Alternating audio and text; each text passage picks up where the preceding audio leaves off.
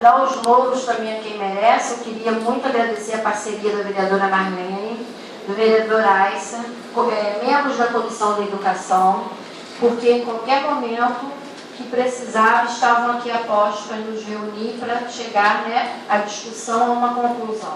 O vereador Aissa, inclusive hoje com o irmão hospitalizado, se esforçou para estar aqui para a gente poder finalizar os trabalhos.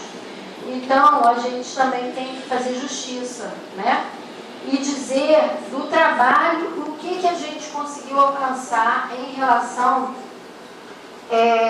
às propostas de correção e de adicionando alguns itens na proposta do Executivo, e eu acho que o momento cabe agora, enquanto presidente da comissão.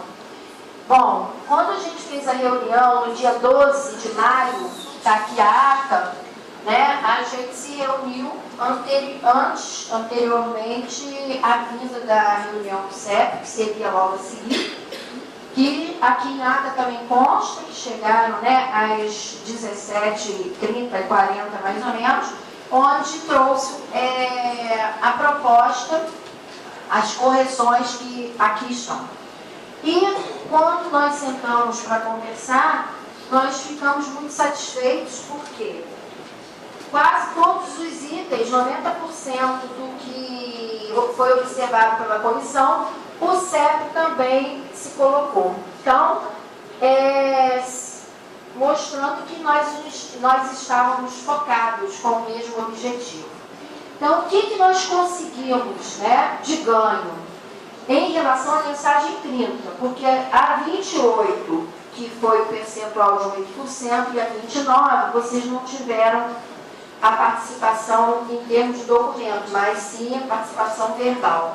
Na mensagem número 30, que está aqui, nós tivemos logo de início a questão da classe dos professores 2, que falavam que é com licenciatura, e um dos membros do CEP colocou muito bem que isso dava dupla interpretação. E nós tínhamos constatado e tínhamos colocado para seguir a redação da Lei 1188, que é o que está aqui na ata. Conseguimos rever essa redação e corrigi-la.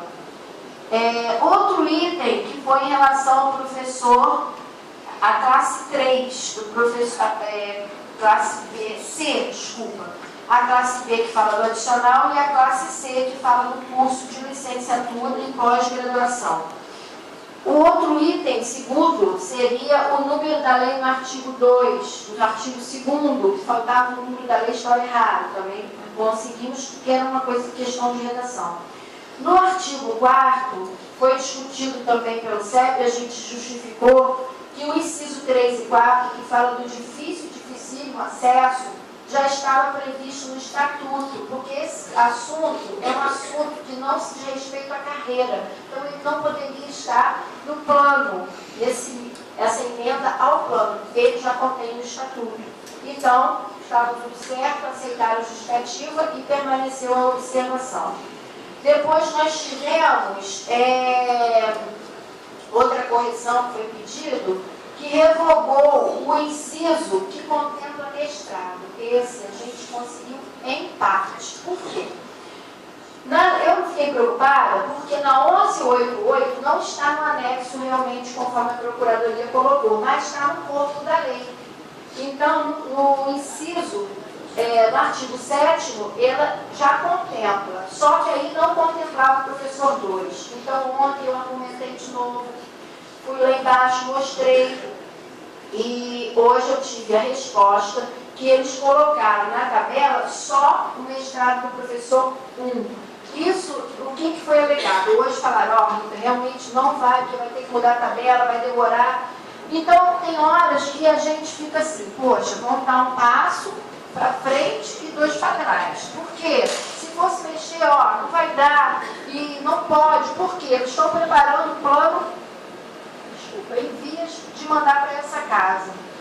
É porque ano que vem a gente tem um ano aí muito importante, um ano eleitoral. E aí, o que foi colocado, que isso vai ser detalhado no anexo e na lei que virá. Então, não teria jeito, ficou o professor 2 até o nível de pós-graduação. Mas todo mundo, pensando administrativamente, sabe que não tem como você não contemplar a carreira do escalonamento horizontal. Então, se tiver algum problema, alguém tiver nesse caso, porque na época da Lei 1188, a gente tinha pouquíssimas pessoas com essa graduação. Hoje não, a gente tem 90%. Então, isso precisa ser acompanhado. Mas todo o argumento diante da pressa, né, da votação hoje, da necessidade de estar se implantando isso, não foi à frente e foi esperado. Então, eu queria justificar para vocês que foi uma luta, sim, a gente tentou e o máximo que a gente conseguiu dentro do professor 1. Mas isso não quer dizer que o professor 2 não tem direito nesse escalonamento, tá? E a luta continua, né? Bom, o mestrado, o que mais? A categoria de professor 2, eu até pedi que copiasse apenas o que estava na redação do artigo 17, nós pedimos, que está na Lei 1188, que diz do mestrado e doutorado. Não, mas a gente já revogou isso, se mexer vai demorar, não sei o quê, e hoje eu tive a notícia que não poderia ser mais mexido até pelo andar da hora. Outra coisa que a gente também observou e que a gente lutou assim, hoje de manhã eu fiquei muito chateada, de manhã não, na escola à tarde, que eu recebi um telefonema da Procuradoria e disse não ser possível nesse momento. Foi a questão de colocar a nomenclatura professor, orientador educacional e supervisor escolar. Eu botei aqui que a justificativa toda, nessa lei do concurso último, que é 1890, que equipara a função do professor orientador a do orientador educacional e supervisor, porque lá nessa lei é muito claro, lá está escrito que a função do orientador pedagógico, ela tem a mesma função, pode ser exercida pelo OE, então a lei já está dizendo que é igual, mas ela colocou o seguinte, ela pegou a lei 429, onde é criado os cargos, o número de cargos para OE e para supervisor. Teria que mexer nessa lei, não dá tempo, eu vou tentar. Ela fez um artigo ontem mesmo que daria para contemplar e mudar essa nomenclatura. E hoje ao meio-dia me ligou, olha, realmente eu estive vendo a lei 429, não há tempo. Eu tenho que mexer nessa lei para poder modificar a nomenclatura. Por que do OP não? Porque o OP foi criado agora em 2013. Ele não tem o número de cargo na lei 429. Estou explicando para vocês porque a gente precisa entender, né, o que está acontecendo. Então, eles disseram que também, com certeza, que a prefeita aceitou, entendeu, mas por que eles querem ser professor? Eu falei, por quê? É uma questão de acumulação, uma questão de tempo de serviço. Se o OP foi contemplado e criado agora, por que não esses que estão criados desde 2004, desde 96?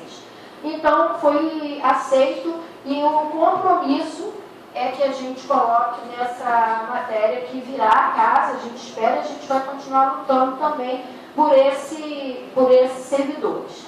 Bom, e depois tem uma questão de redação, tem a questão do coordenador articulador, que a gente viu, R$300, poxa, se a gente está enxugando, né?